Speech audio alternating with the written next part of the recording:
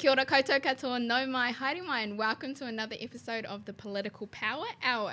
Now, I'm joined in studio today by political and housing commentator. Political, social, housing, you name it, economic. Ashley Church, welcome. G'day, Holly. Thank you so much for joining us. Very welcome. Now, I have to say, Yep. you appear to be, despite not being a politician, one of my most controversial guests today. So when I put up on socials that I was going to have you in the studio, I got so many part-eye questions for you. Right, so clearly my mum didn't message because No. I think she's a fan, but she might be the only one. No. So I got a lot of questions from a lot of people across social media on a range of issues. Sure. But that they're really keen to, I don't want to say get stuck into you, but, you know, just put some things. Isn't that good though? I guess it's good. It is good. I mean, isn't it great that people are animated about stuff and they want to debate it? I think that it's good too that you have a thick enough skin as well that we can dive on into that. Look, I've got a platform where I can talk about stuff and I can exercise the great free speech this country offers. If you're going to do that, you have to expect that other people should have the same rights. Yeah, no, absolutely. That's the kind of perspective that I come from because Political Power Hour is a broad church. So, you know, anyone... No pun intended. No. Oh my God, I didn't even think of that. And so, you know, anyone from any political affiliation or political lean or spectrum can come on the show. Yep. But I guess for you, you've been quite vocal about your expectations of what's going to happen at election 2020. I have, yeah. And that's despite not being politically affiliated, is my understanding. I think it would be fair to say that anybody who's listened to me for any period of time would recognise where my leanings lie. Yep. But that particular comment, that column that you're referring to, that was based on the numbers around MMP. It wasn't necessarily partisan in respect of the parties. Yeah, right. Yeah. And so you're not going to be sneakily announcing that you're running for... No. Never, ever. Watch my lips. Never, never, ever, ever. Why would you? Well, tell me, is it because that you have done your dash with politics, being a councillor? Yeah, so as you know, I was a very young city councillor in Napier. I think I was the youngest person ever elected to the Napier City Council. I did 3 terms. I was going to be... What age were you, though, when you were I think I was 19 or 20. I was very okay. young. I was going to be Prime Minister. Yeah. I mean, seriously, I had a huge ego. Yeah. I was going, I had a trajectory, and I was going to follow that trajectory, Mayor of Napier on into Parliament and Prime Minister. Boy, did that get knocked out of me after about Why? I think once you get in there, and this is why I've got so much sympathy for both politicians and city councillors, is because just the pressures that are on these people and the opposing interests that they try, in the end, you just get to the point where you think, why would I bother? Yeah. Why would I put myself into this bear pit? Yeah. And that's the unfortunate side of politics. So much easier to do what I do, which is just stand on the sidelines and throw dirt. Yeah, absolutely. I mean, that's something that Tau said when he came on the show. He said, heaps of respect for every single person that puts their hand up. Absolutely. You know, because it takes a lot of grit and determination. And some of them last and some of them don't. Yeah. Why do you think that is? Why do some people last and some people don't? There's a big dose of ego when it comes to politics, I think. And I don't care who you are. You have to sustain yourself for any period of time, you have to have an ego. You have to have that kind of personality. And I think those who are kind of driven by that ego boost that they get from it, from whatever political persuasion, I think they go the distance. Yeah. There are probably some true believers believers who are in there because they genuinely believe they're making a difference. I think of somebody like Bill English, who I think was genuinely in there because he thought that he had an obligation to his country that he was fulfilling. But there's not a lot of those. I think most of them are. It's about an aspiration that they've got for their life, and as long as they're getting enough kudos from the people that support them, then that sustains them, and they can put up with the other stuff. Do you think it's something that more people should be like in touch with? Yeah, do. And I think one of the contempt I perhaps have for a section of society, and look, I'm probably in the same camp now at this stage of my life, but it's people who criticise it without being prepared to put themselves forward. And I suppose my only mitigation to that is I did have a crack at it at one stage, and I did spend some time. But there's a lot of people who criticise. They'll pull governments down. They'll have a go at their city council, but they'd never actually think of doing something themselves and doing a bit of community service. So. What about the ones that know that they want to do it in the future, but the timing's not right? Oh, that's fair. Yeah. No, that's reasonable, and if that's the case, all power to them. Okay. Yeah. Okay. So you did 9 years as I did 9 years in prison. In nature.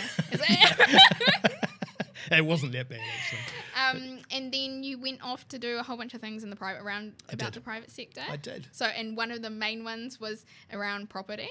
Is that no, correct? In fact, property was very much a sideline for a long time. Yeah, no. So mainly, I mean, if you look at the various stuff that I did, so to be fair.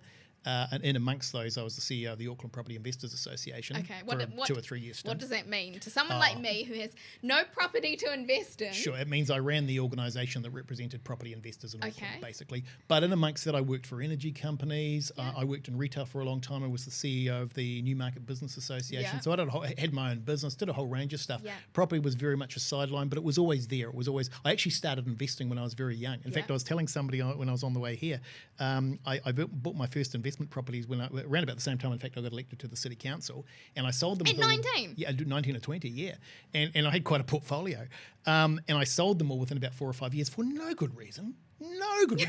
Don't know why I sold them, and then didn't get back into the property market again for about another 15 years. And it was, so I mean, if I'd been smarter, because I'm not a smart man, if I'd been smarter, I would have stuck with that and carried on right through and been in a better position. But such is life. It's all a chapter in the book. So there's no rhyme or reason why you sold them. Oh, I've done lots of stupid things, and seriously, my life is a succession of stupid stories. The only good thing about it is each of those stupid things teaches you a lesson that hopefully you can apply to your life. Yeah, well, that's good. That's what you want. You want to be moving forward. Yeah.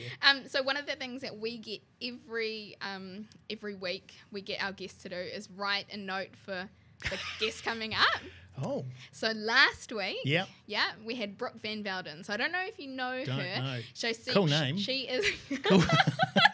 She's much more than a name. Right. She is number 3 currently on the ACT Party list. Oh, but she has been called the key lobbyist in behind the end of life choice bill. Yep. So we had her in studio, and she wrote you a note. Oh. So what we do is I will get the note, and then you have but to... scared. But Why? Did she? No, I'm kidding. Did she know who was coming in? Yeah, I told her. Well, okay. I'm going to tell you who's coming up, and then you're going to write a note for them too. Okay. But I've been quite clear with all There's my some guests. lollies in there, by the way. Yeah, I know. Right. No, this is at the end of the show, right? I've got to keep you. Got to have a reason to have you stay in the studio. Okay. Alrighty.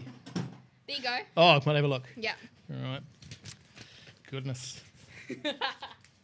The lotto ticket on it's not. So, across New Zealand, we need more solutions. So, do you want me to read this out? Yeah. Right. Well, so, dear Ashley. No use to anyone listening. That's right. Well, psychic and all that. So, there's a housing crisis in New Zealand. We need more solutions. They aren't more regulations. They're more market solutions. Keep doing what you do and be vocal. We need more opinions like yours in the open. Isn't she lovely? Isn't she lovely? I like her. Okay, Brooke, that means that you're going to get a follow from Ashley very shortly after the show.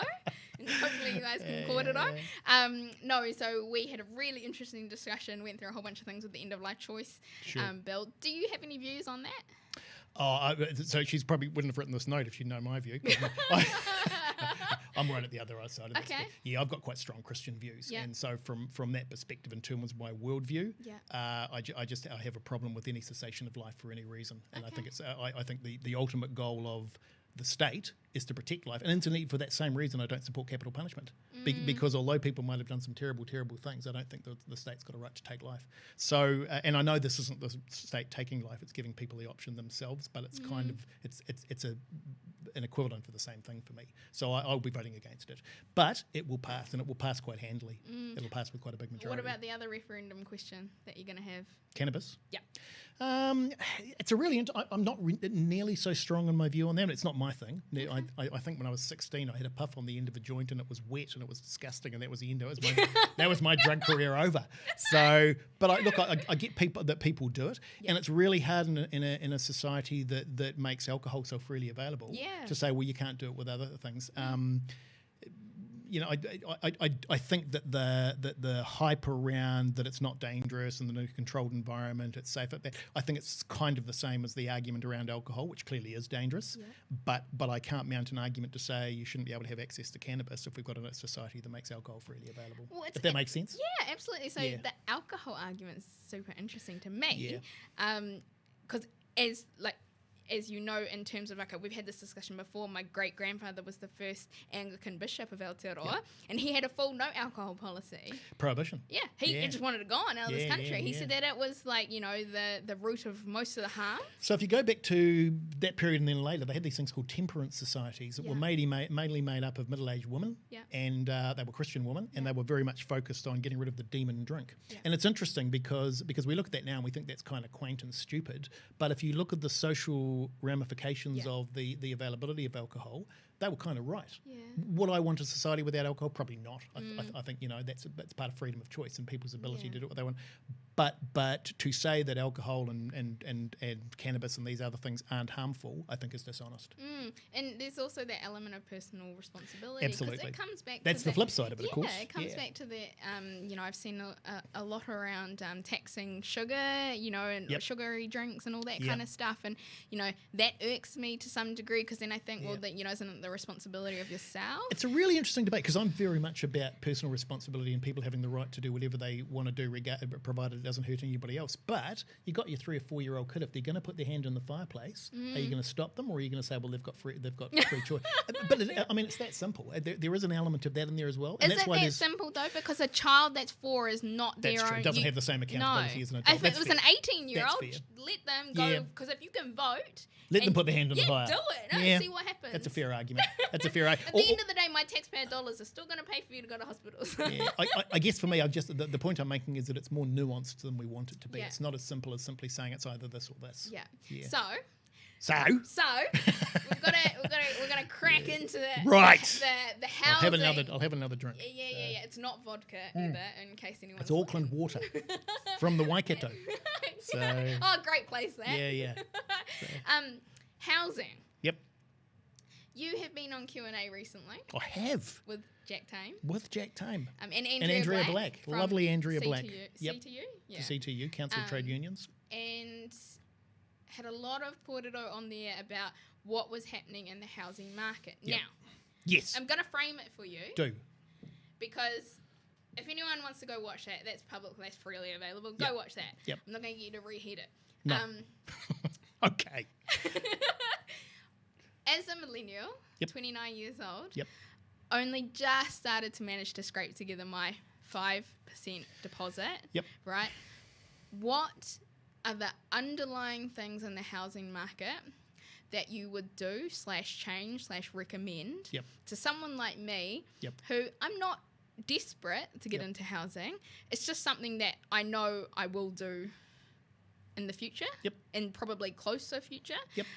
What are the kind of things that you would be saying to millennials? Well, first I'd say what I wouldn't do, and this is unpopular, but I'm really strongly of this view. I wouldn't do anything about capital growth. I'd let house prices keep going up, and the reason for that is because 63% of Kiwis actually own their own home. And that figure's been consistent for nearly 100 years, going back to 1926. If you look at that 60% of people, Capital growth is fantastic. It's made them wealthy. New Zealand's the 5th wealthiest nation on earth because, it's not because we earn big wages or salaries, it's because capital growth has put value into their houses. So then the question becomes, and you're in this category, Holly, what do you do for the 40% that don't own a home? Yeah. And you just mentioned it, and this is my bandwagon. You get rid of those stupid LVRs, those loan-to-value restrictions that the Reserve Bank put in. Go back 5 years, and banks were able to basically determine what the deposit was between themselves and the client. So some banks, under certain, if you came in, you had a good income, good household income, there was 2 of you, that in some cases you could borrow money without a deposit at all. Okay. So if that prevailed now, people could get into houses at the prices they're currently at. Once they're in, the cost of servicing mortgages is actually lower than it was 20 years ago because interest rates have come down. So the issue is not the price of the houses. The issue is the barrier we put in place that stops people getting into them in the first place. So does that mean that you would say the former finance minister who put in those restrictions? No, it wasn't government. It was the Reserve Bank. The Reserve Bank's independent. Okay, so it wasn't at all a government route. No, the Reserve Bank's completely independent. Has been since the 80s. So the Reserve Bank can do what it wants within reason. Okay, so then.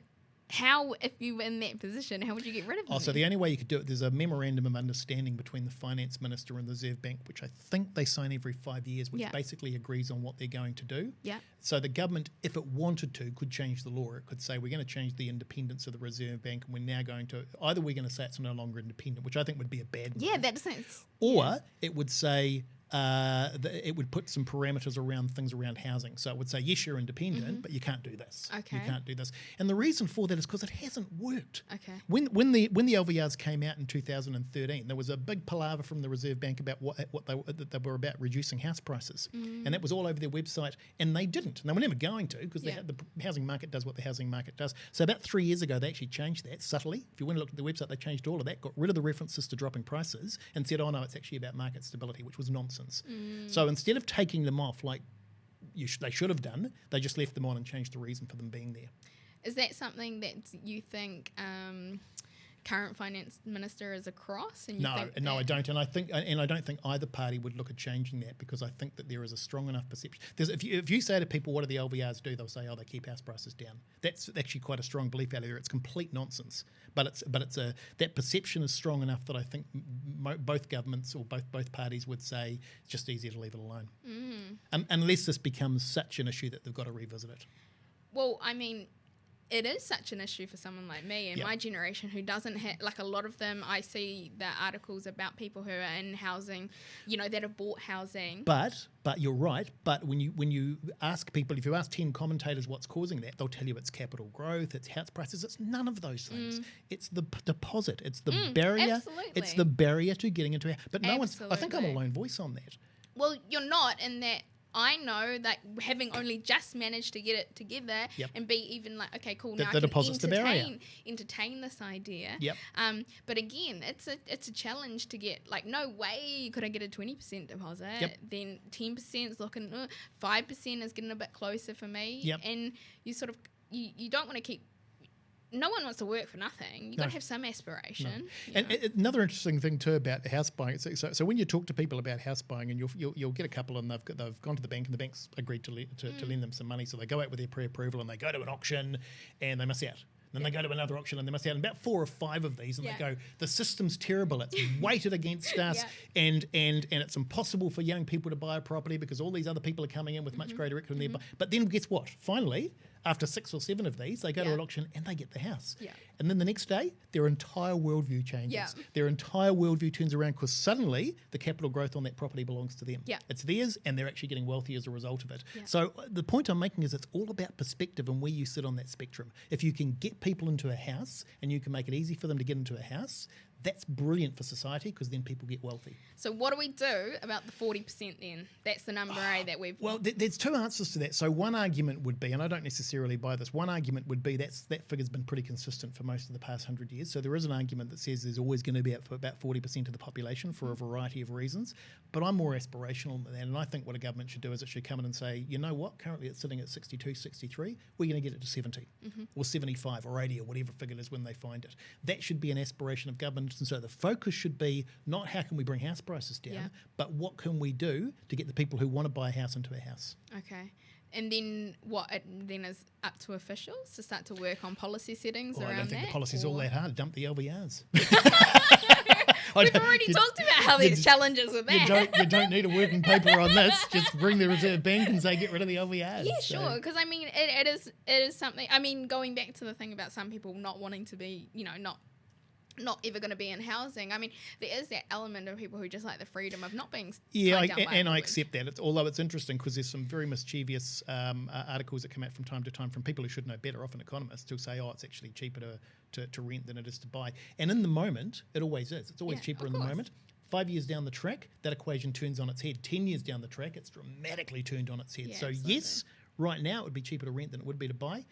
That lasts for a very short period of time. And with a long haul over your lifetime, way cheaper to buy. Do you find in those mischievous articles that there's this sort of like quid pro quo, like they play the other side of the... not often, so is it often opinion pieces? No, well there's one in particular, I'm not going to say who it is, but there's one particular commentator who rabbits on about this every couple of years, and he's very clear, no, you'd be stupid to buy a house. Okay. Yeah. Okay, I'm almost speechless. I don't really know why that wouldn't be something that you'd want to work towards. Doesn't it give you some sort of, okay. Well, there is a section, you talked about the 40%. I think there is a section of society who believe that the state owes them a home. And so that's where this whole housing crisis thing comes from. It's this idea that the state should provide me with a house. And look, this will surprise you, but I actually think at the bottom 10%, the state kind of does has an obligation to, partly because those people are never going to earn enough income to be able to afford a home of their own, and partly because the mentality is different. And if you want to live in a decent society, then you help those who are most vulnerable. Yeah, talk to me more about that, because I do have a fundamental disagreement with the idea that there's people who are actively committing crimes. And then we're housing them. Yeah, I've changed my view on that. So if you'd asked me that 4 or 5 years ago, I probably would have agreed with National's policy, which was you had time-limited tenancies on state houses, which was you had to renew your tenancy, and if you misbehaved, you could be kicked out. Here's the problem with that. They're the landlord of last resort. So if the state's not going to house them, no private landlord's going to house them. So as a state, do you say, hey, sorry, Buster, you're out because you've been misbehaving in the property, or do you say, you know what, this is expensive and it's not particularly ideal, but if we don't house these people, nobody's going to? Well, I think the thing that frustrates me is that you're causing harm to other parts of society, which then state's picking up the tab for that. That's a bigger issue, though. That's an issue about social behaviour, which you won't solve with economic policy. You solve it with social policy. I mean, I could argue. We talked about the ladies from the Temperance Society before. You go, and not everything about that society was good. They had sexism and racism and all sorts of terrible stuff. But there's a lot that was good about those societies, and we didn't have the same social issues that we have now. So, there are some things that maybe we should go back, having experimented for 40 years with social policy, and say what actually worked 40 or 50 years ago that actually made society a safer and better place. And that's an unpopular view, by the way, but it's a view I hold. What was the thing that made you change your position in the past 4 to 5 years? Age. Okay. And so I'm it's interesting because I think people have got this view that I'm the sort of right-wing advocate of the free market, and that everything I do is all about lining my own pockets. Well, you did say to Jack Tame, the free market will sort out housing. Which I believe, but and Roger Douglas fits into this category. I'm a socialist. I'm a socialist in the sense that I want to live in a society that protects the most vulnerable, and I will live in a society where we provide people with a hand up. So, but I believe that the market's the mechanism for achieving that. So the reason I'm such a passionate and strong supporter of the market isn't because I'm saying, hey, this is great, it's going to make the rich richer and the poor poorer. It's because if you want to fund a society that's actually going to do those things, then you actually have to run that society along lines that are actually going to allow it to continue to get wealthy. And you know what the secret to that is? You do make wealthy people wealthier, because if you make wealthy people wealthier, they pay more tax, and if they pay more tax, you can fund the stuff at the bottom. People always have this interesting view about tax, and being in business myself, I thoroughly enjoy paying tax. Not too much, but my part, I'll ring the IRD. Right? Hang on. No. They get more they than know. they They get enough. They know. Yeah. The reason being two things. First, if I'm paying tax, I'm making money, Yep. which means that I'm running a successful business. Sure. Secondly, it means that it goes to things that have some public service in it, which is health, education, roading, all of those things. Decent society. So, I mean, the interesting thing to me is that we have some huge conglomerate, international corporations in our country actively trading that pay no tax. Yeah. You want me to pass an opinion on that? Absolutely. So, I mean, I'm with you. The reason that happens, by the way, isn't necessarily because they pay no tax. It's because they pay no tax in this jurisdiction. So often they'll be domiciled somewhere, might be the States, where they do pay their tax, but they don't pay it in the other countries in which they operate. Whether that's fair or not, it's an interesting argument. And, there's things you can do on the fringes. But for me, it's about making sure that those actually choose to make New Zealand home and who live here are paying a reasonable share of tax without that share of tax being overwhelming, and that's always the balance. And left and right wing parties have got different perspectives on that. The right see, what's interesting is the right tends to believe you should tax enough to pay for the services that society needs to provide. The left ignores the services and simply says you should tax rich people because they're rich. So it's a different mentality. So the capital gains tax was a really good example of that. The country actually didn't need that additional income, but it was about punishing people because they'd done well. Whereas the right says, let's tax people what we require from them in order to pay for the services that we're running as a society. Very different, and I'm very much on that side, very different mentality about taxation. Really interesting thing with the capital gains tax that I took away, because obviously I don't have a house yet. Can get any gain. So I was like, it's kind of like a moot point to me. Was around, cool, if you want to then tax me for something to do with developing there we go, just an additional person in the studio. You may have a view on this. So.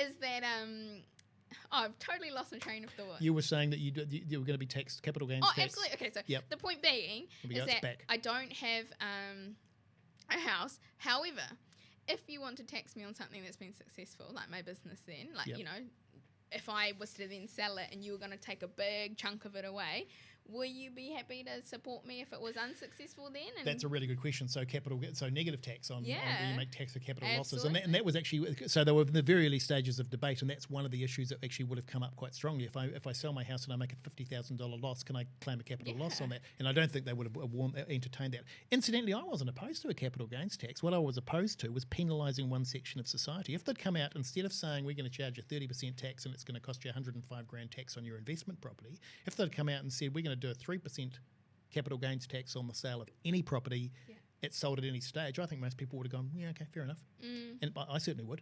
So because that would have been about tax equity. That would have been about making sure that income was being treated fairly. That's not what was being proposed. What they were proposing was punishing landlords. That seems like quite amazing view to come from you, that you would have been and I was open about that at the time. Yeah, it's been my view for a long time. Well, I mean, it would be fascinating to me because I know how much time... Incidentally, sorry, just to interrupt you. Yeah. Incidentally, that would have raised more money. By putting it across the board universally, it would have raised about twice as much as they would have got from just hitting landlords.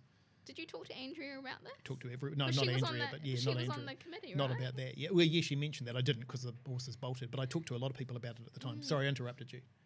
That's all right. Probably wasn't important. Right. Let's jump into some of these partai that I have been sent. Thank you to everyone who's given me questions to ask Ashley. There were a lot of you, which is super exciting. My mum. Yeah. Yeah. Okay. Let's crack into it. So the first one. Now, I think it's only fair that I say who it's from as well. Sure. So the first one is from Marcus. Who's Marcus? And, well, his name's Marcus. Right. So, well, it narrows it down to about 1,000 people. Right. We've got to protect their, their being a little bit. And it was via LinkedIn, and it says... Which was my site of choice for a long time. Yeah. Just side note, 18,000 followers. And growing. On LinkedIn. Except for Marcus, apparently. How do you know? You haven't heard the question yet. I'm picking where it's going, though. Tell me, how do you get 18,000 followers on LinkedIn? You write stuff that people are interested in. Are you saying people are interested in my writing? Well, and then there's Mum. Seriously, I mean, it grew quite quickly initially, and then it just I've been on this since 2008 to be fair. So it's been a long time, and it's grown over time, and it's just for a long time I was a prolific poster on stuff, and I've got a slightly different view to most people, and I think people find that interesting. They don't necessarily agree with it. Get lots of people who disagree with my viewpoint, but it's grown to 18,000. Great, crazy, yeah. Of which, incidentally, about half are in New Zealand, the other half are in Australia and other parts of the world. So, is there an element of them that are not real accounts? Don't know. don't know. Do you accept everyone? Yeah, I think I do. That's a fair question. I because don't know. I don't. And I've noticed there's been a extreme uptick in, dummy accounts. Yeah, don't know. Don't know the answer to that. Yeah, so maybe it's 9. I'm coming for your total. Yeah. All right. Yeah. So we're down to 2 by the time we finish. So, so the question from Marcus is, if you believe an unfiltered application of Adam Smith's free market that is free from rent seekers, how do you reconcile that with representing the interests of literal rent seekers? What? I have no idea what that means. Well, I don't know what it means either. I'm sorry, Marcus. I maybe phrased the question a little bit more. I don't know what that means. So you believe in this the free market, Adam Smith's free market. Is that a concept? Oh yeah, Adam Smith. That's an idea. I'm not particularly wedded to any particular theology or viewpoint on this. I'm just a believer in the free market as a mechanism because it works. So it says free from rent seekers. I don't know what that means. No, is it in relation to housing, perhaps? I guess, but what does free from rent seekers mean? That I suppose that then rent seekers are not in the housing market. They're just. How do you reconcile that with representing the interests of literal rent seekers? Have you represented renters? No. Don't know what that. Sorry, okay. I don't know what that means. Marcus, there's a big question mark next to your partai. I'm sorry. Round 2, Marcus.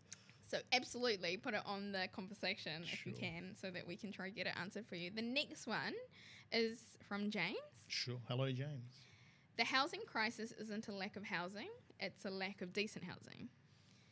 We have the worst housing-related health stats in the world, leading to respiratory problems, hospitalisation, and even death. Sure.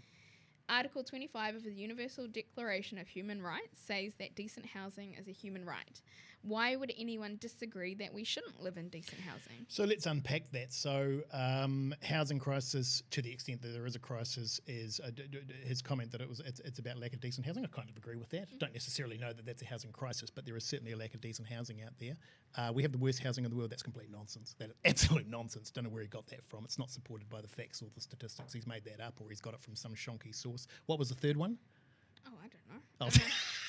Why Why would anyone disagree that we shouldn't live in decent housing? Oh, I agree. And I agree with them. And so some of the things that the government's done and the previous government have done around improving the quality of rental stock, I think are good moves.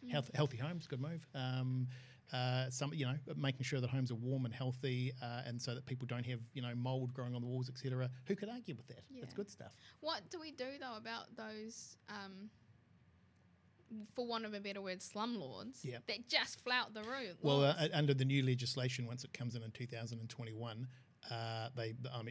if they're caught doing that, they'll go for a skate. Yeah, but how do you enforce that? Well, that's a really good question. In the same way you enforce a tax system, I mean, a tax system is based on honesty at the moment.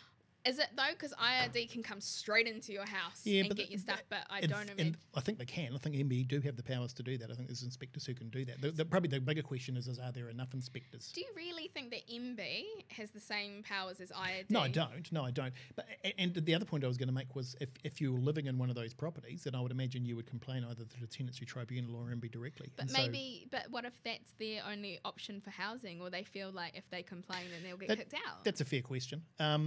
Yeah, I don't know the answer to that. I mean, the questions you're raising with me now are how do you enforce the legislation? So there's two aspects to this. Is the legislation right? Yeah, it is. We should have legislation that says that you've got to have your homes at a certain standard.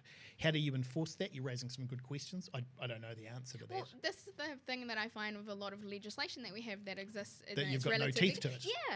And there's absolutely no point in having this exists here and we're going to do this, and then you get caught and then nothing happens. Yeah, that's a fair call.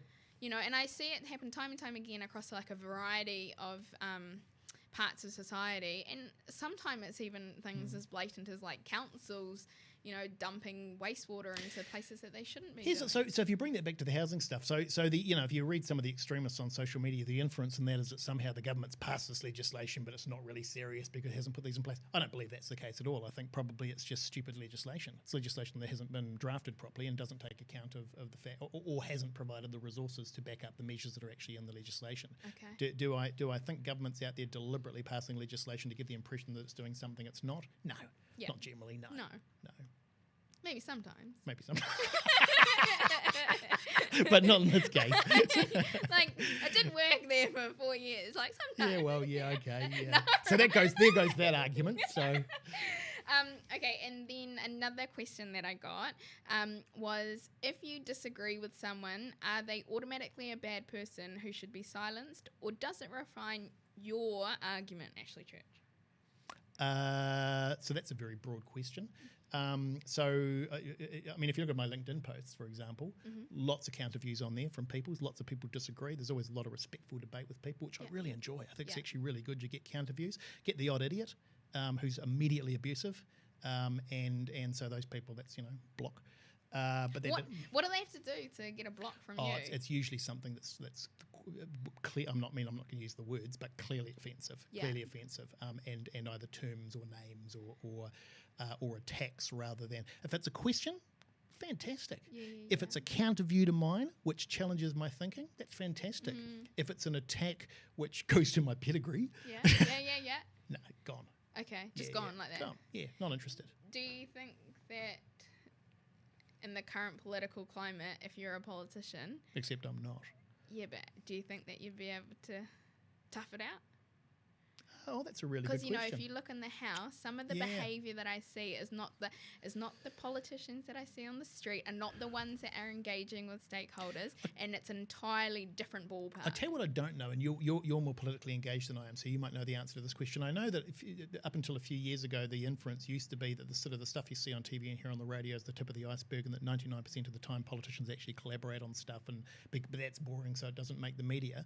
I don't know if that's still true. Is that still true? Well, the thing is that I get a resounding amount of feedback from this show because I'm not looking for a gotcha moment. Sure. I just want to have a conversation. Sure. And it's trying to bring issues in a different way to light with politicians, political commentators, anyone with a view around. So I would say, that's probably very much still true. Sure. Well, that's fantastic. And so the things that they see on the House, on TV, are the behaviour in the House that's probably unbecoming to what we want to see. Because it's entertaining and we want to see it and it's on TV. So if that's the case, then to answer your question, I think, you could survive in that environment because most of the time these people are just collegial and they work together. Because most legislation is just common sense stuff that everybody can agree on. Yeah. It's just the stuff at the tip of the iceberg where people debate these things. Absolutely. Okay. Well, we've got 20 minutes left in the show. Oh my God. That's gone quick. Yeah. My goodness. Yeah. If we broke it down, I reckon it would be 70% you talking, 30% me, which is pretty good. I've actually been counting on my fingers. All right. So the other thing that we always do every week is talk about the top 5 news issues. So the things that are sort of dominating headlines. And I'm always just interested to get my guest Whakaaro on what they see happening. And especially because mainstream media is still the way a lot of people get their news. And, fair enough. We've got to have media there asking the questions. So I had a look. Yep. I've got 5 issues. Let's do it. All right. So. No nerves. The first one, just about the US elections in general, all of the stuff that's happening over there. You've seen that that billionaire that was running for the Democrats is Bloomberg. He's now dropped out. Spent $500 million. I know, but a pocket change. That's Goodness. insane. And as I'm struggling to get my 5%. And now Biden's right up there with Sanders. Yeah. What do you think is going to happen? Do you think it's going to be another term of Trump? I do, and I'm not a Trump supporter. I think Trump's a revolting man. I understand the pitch that he's making to his supporters and some of the things that he's doing, but I think as an individual, he's a particularly unpleasant person. But revolting is an amazing adjective. Yeah, well, I don't resile from it either. If you look at some of the things he's done and some of the things that he's obviously proud of having done. Having said that, I just can't see anybody beating him. And it's interesting because he's symptomatic of a more global trend, which is you get these big swings between the left and the right in world politics. And so we had this sort of swing to the left, and now we've had Boris Johnson, we've got Trump, we got the dramatic drop in support for Trudeau in Canada. So we're now getting this reversion back to the right. And the problem is that each time the pendulum swings further away, it becomes more excessive. And so you start to get some pretty unpleasant behaviours. And I just hope that never happens here. I hope this country still stays somewhere centred in the middle. Have you ever, given that you're quite strong in your views, have you ever sort of come across people who are naturally differently politically aligned with you. They Oh, just lots of times. flat out reject what you're saying. Not flat out reject, because the people, and look, to be honest, like a lot of people, I live in a bit of an echo chamber, so I actually have to go seeking alternative viewpoints. So they don't tend to just naturally come to me. Yeah. But when I do seek them, and I do know lots of people have got different viewpoints, I mean, those are usually pretty good conversations, because you sort of rub off each other and you learn things. So yeah, I certainly don't have people coming and yelling in my face, which is what politicians do. And we're all guilty of that. We tend to live in our own echo chamber a little bit, so we tend to be reinforced by people who've got the same viewpoint that we have. The one interesting thing I've sort of noticed across the political spectrum, especially as I've tried to engage, with everyone, I find it a much more comfortable place to be, just to talk to everyone. I enjoy it far more than being one side or the other. Yep. Is that people almost find it too hard to reconcile, like, the person with the political view. Oh, and so you're judged by the political view. Yeah. And one of the really unfortunate things, and I do get a little bit of this, is it seems to be that it's not just the viewpoint, it's also the solution. So people will say, here's my viewpoint, you must agree with my viewpoint, but you also must agree with my solution. Yeah. So, and if you don't, you're a bad person. Yeah. Now, I often agree with people's viewpoint. I might agree that there's a housing shortage, or well, actually, I don't agree with that one, but it's too difficult to buy, whatever the view is, but I completely disagree with the solution. And so because I can agree with the view, but because I don't agree with what they think should be done to fix it, I'm bad. Yeah. That's not how dialogue should be done. We should be able to discuss things. Yeah, absolutely. I mean, there's a lot of people that I know that have wildly different views on things than I do, but I still really respect them as a human. As we should. Yeah. I think that's probably a far greater way of democracy functioning than... And look, to be fair, we live in a society that's been pretty good at that for a long time. Yeah. So, and long may that last. Yeah, absolutely. Okay. Issue number 2. Olympics being postponed. Yeah, because of coronavirus. Yeah, that's something that's being talked about currently. So, I'm not a doctor, but, so what I'm about to say, take with a grain of salt. I just don't think this is the big one. It's this SARS, bird flu, all these other things, avian flu. I just think this is another one of those beat-ups that, I mean, I listened to a fairly educated health practitioner from the Ministry of Health a couple of weeks ago basically saying that, hey, a bad influenza in any given year gets worse deaths than this, or causes more deaths than this. I think there's a media fascination with kind of waiting for, the one that's going to come along and wipe us all out. And could that happen? Yes. I just don't think this is it. If I die of it, run this at my funeral. You got it. because clearly I was wrong. But I just don't. I don't buy it. I'll get Marcus and James as well to come along. Do the eulogy. I'm sure it'll be pleasant. Pallbearers as well. So and maybe a little song or something. So. Okay, cool. Following on from that, then. Sure.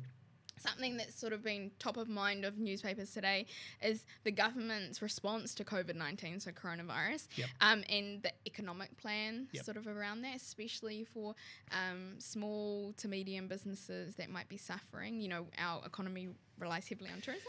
Yeah, so I just said I don't think this is the big one, and I don't. Having said that, I think governments have still got an obligation to act as if it is. Every time this happens, they need to act accordingly, and I just don't think they have.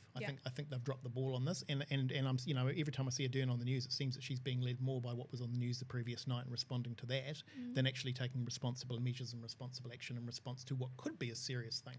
What does she do then? You consult with people who actually know how you should respond to these things, not just within New Zealand. There are other jurisdictions that have got this stuff, so it's not like this is new. It's being dealt with by every major jurisdiction in the world. And you put, and I don't know what those measures are because I'm not the Prime Minister, but you consult with the people who do know, and you put those measures in place. What I'm objecting to is watching the news and seeing yesterday's headlines becoming today's policy. That's not good leadership. No, that absolutely is not, and you see that happen time and time again with successive governments where something will trigger. So they respond to that rather than responding to the real problem. Absolutely. Yeah, we can definitely both agree on that. That's policy on the hoof, right? Policy on the hoof. It's not a good idea. Not a good idea. All right. Issue number 4. Sure. Changes to default KiwiSaver providers. So the government came out, what are we, Thursday? Monday? It's been a long week. This is the stuff around not being able to invest in fossil fuels? Yeah, for default providers.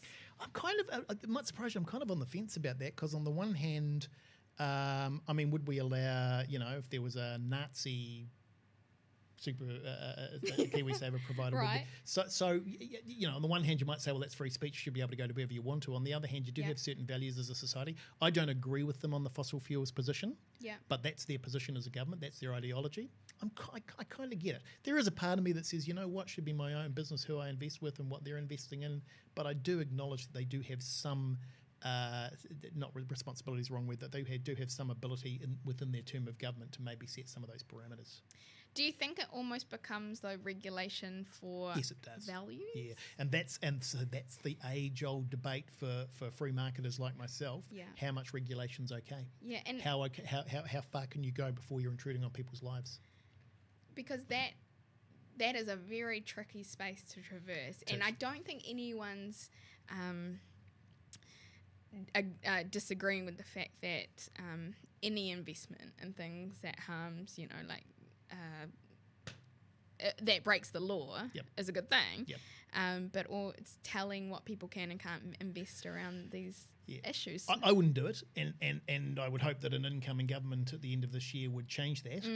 But I do acknowledge that within the constraints of the ideology of this crowd, I do acknowledge that that I'm not offended by it.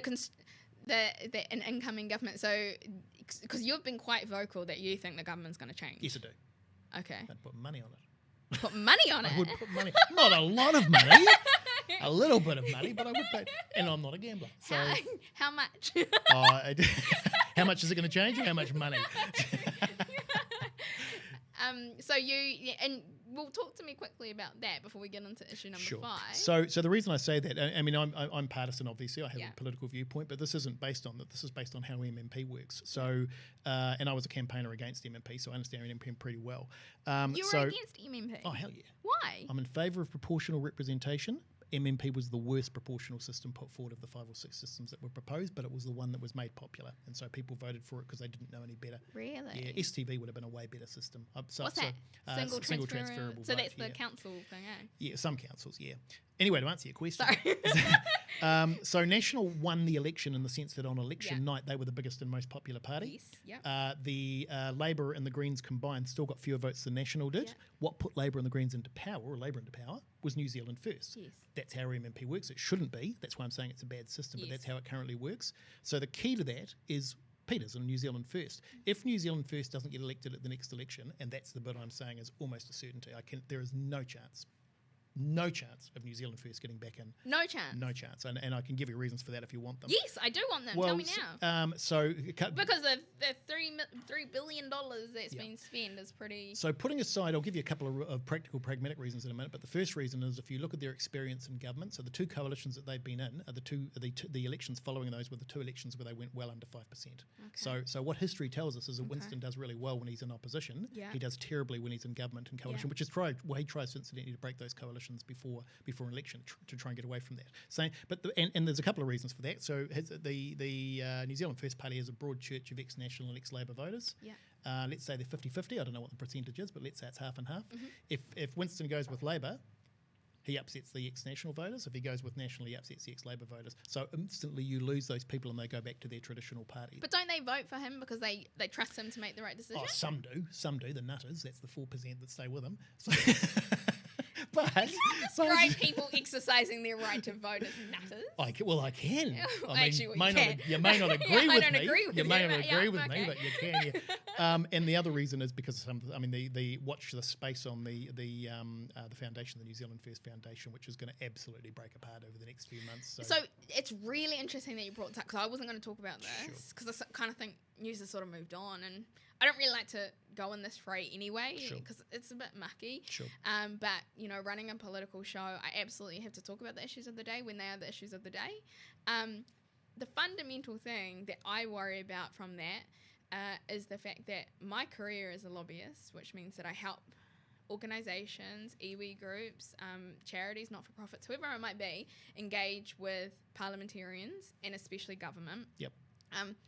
That there is a person who's actively a lobbyist sitting on that foundation, and it really strikes at the heart of an industry which keeps saying nothing to see here, we're all trying to do the right thing, we're just helping accessible government, and then this happens, and it does sort of raise some questions. Yeah. Yeah, I agree with you. So it's a bit mucky, but I think this is going to get more murky. But just to finish your question before, so then you look, so let's say New Zealand First is gone, and I thoroughly believe they will be.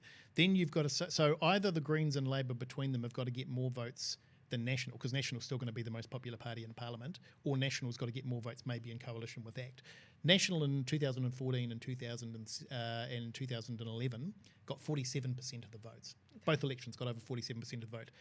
Labour in the last 30 years, and I suspect even further back if you go further back, has never got more than 41%, and that was under Helen Clark at the height of her powers. And Ardern is no Helen Clark. So I just cannot see Labour getting over 41%, let alone getting over 40%. But aren't they polling up towards about 45%? Well, they're not. It's not as high as that, but they are polling a little bit higher than the polls. But it's the reflection on the election day itself. So what you've got to do with those polls is you've got to take them as an amalgam over a period of time and actually look at what the trend of them is. And the trend's got National up. Yes, there is the odd one because something happened in the media which has influenced that result on that particular day. But when you take that and you apply it to a general election and people are actually voting with the back pocket and looking at what's going to happen to their country, I just can't see it happening. What about wasted vote and stuff like that? So the wasted vote's interesting. So if New Zealand First is out, and let's say they get 4% of the vote, and let's say there's another, 1%, 2% of the vote, that 1 or 2% or that 5% in total gets reallocated relative to the proportion of the vote that the party's got. So if National gets 47%, it gets almost half of that wasted vote, which is almost enough to put it over 50. So for all of those over reasons, 60? No. If they get in, don't you mean 60 people in Parliament? Because you have to have 61 to 50, rule. 50%. Oh, Sorry, 50%. okay. I thought you were talking about numbers. No. And incidentally, if National win, I think they will. I don't think it's going to be a resounding victory, and it may well set them up to lose the following election. So we could have 2 or 3 elections where we've got one-term governments. Really? Yeah, because for the simple reason. And that's never happened before, right? No, the last time we had a one-term government was 1975, and there was some reasons for that. Since then, they've been in 2 terms and usually 3. Okay, cool. Final issue Sure. that we're just going to talk about, and I just want to pull it up. Where did it go? There it is. Okay. It's about Auckland hoteliers. It's just gone off. Here we go. Yep. Auckland hoteliers take Mayor Phil Goff's bed tax to Court of Appeal. So a group of hotel and motel owners is launching another round of legal action against a $14 million additional rates bill brought in by Auckland Mayor Phil Goff. What are your thoughts? Again, interesting one. I'm a little bit ambivalent because on the one hand, I respect that councils have got a right to rate certain things and they make political decisions about that, and if those decisions were wrong, people can turf them out at the following election. Yeah. But I get why the hoteliers are actually a bit peeved about this because it's a very selective tax, and as I understand it, this is about funding tourism. Yeah. Why just pick on them? Why not do it to cafes? Why not do it to other forms of other activities within the tourism industry? Why pick on just one particular sector? It's shades of just hitting property investors with a capital gains tax. So is it equitable? No, I don't think it is. Have they got a right to do it? Yes, they have. And if we don't like it, we'll get rid of them and replace them with a council that does what we Local want. government elections were just last year. Yeah, well, so you get 2 years more, 2 more years of these guys, or more than 2 more years. It's inequitable. It's not fair to hit one part of that sector simply because it's easy to hit, because it's easy to count the number of beds and recognise. Why wouldn't you do it to cafes? Why wouldn't you do it to tourist activities? A dozen of other things if I sat down and thought about them. Okay. Well, we're going to get you to write your note to next week's guest now as we head, and get you to choose your fruit burst flavour. So, yep. Definitely not the green ones. What? I know. What's wrong with the lime ones? I don't know. I actually think they taste the same at the green one, just something about green. Don't like it. Maybe it's the party. Maybe that's put me off. I don't know. Anyway. Do you not like looking after the environment? Yeah. Wow, that was convincing. Yeah. All right. I like the orange ones. And the yellow ones, the banana. The banana. Don't. Are you serious? Don't go there. What? You like the banana ones? I do like the banana ones. Oh, well, you and Toe can go have a party. Does he like the banana ones as well? Yeah, only 2 that like me. Come on, Toe.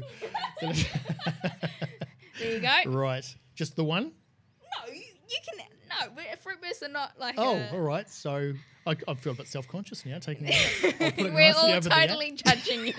Totally. You can take all the banana ones because no one else is Oh, well, in doing that case, I'm in. There's only about 3 left, so, yeah.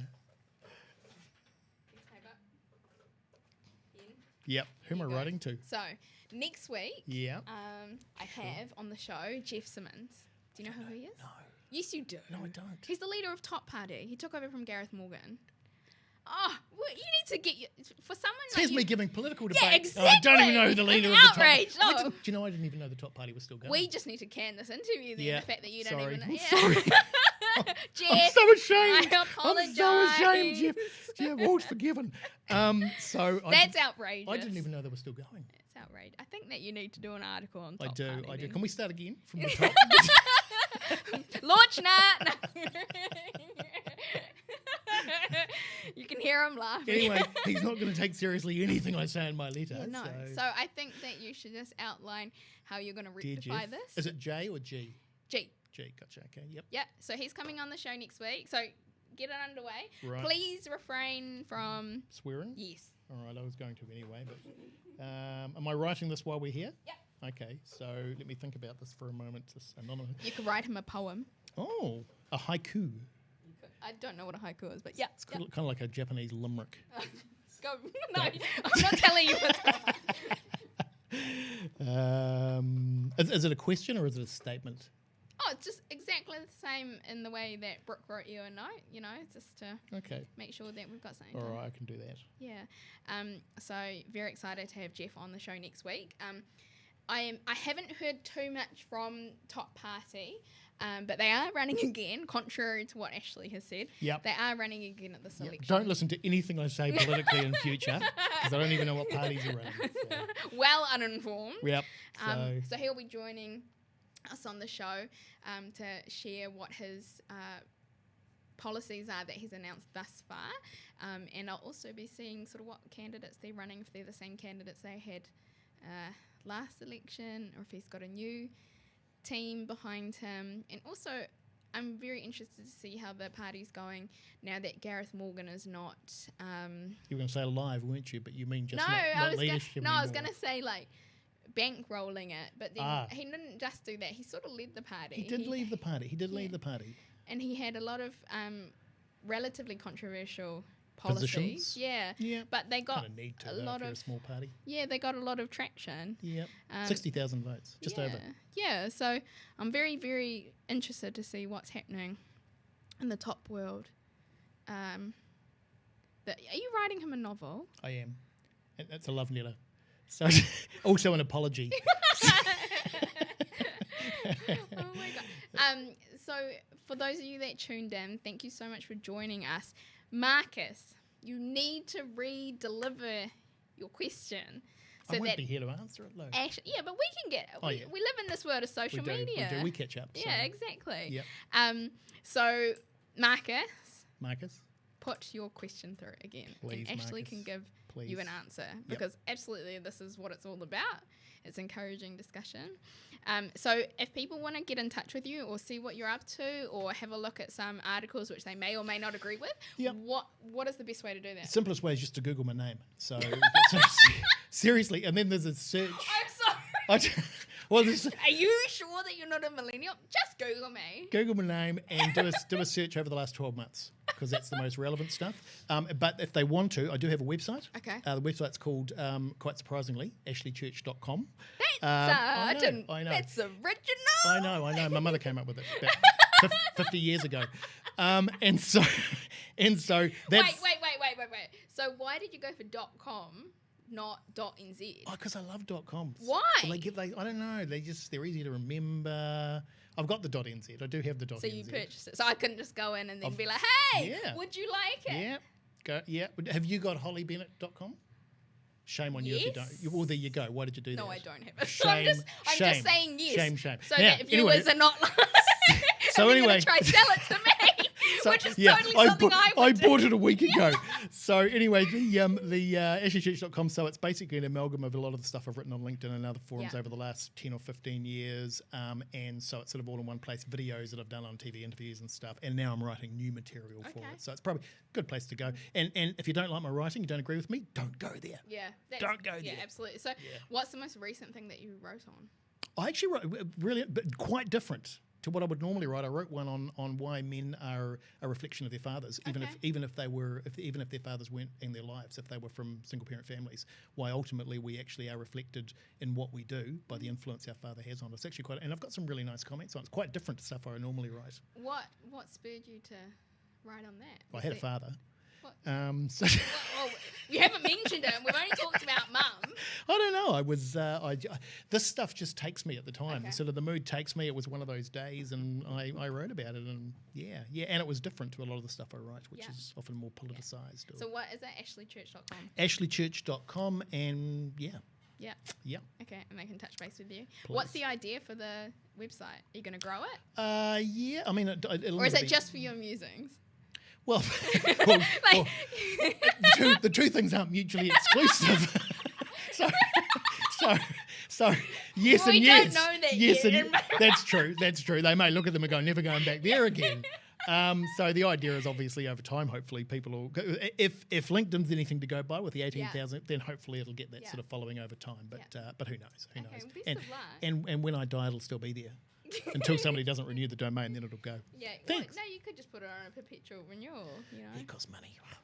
What, are you just ambivalent once you're gone? Pretty much. Go on a box on the ground, you're gone. So.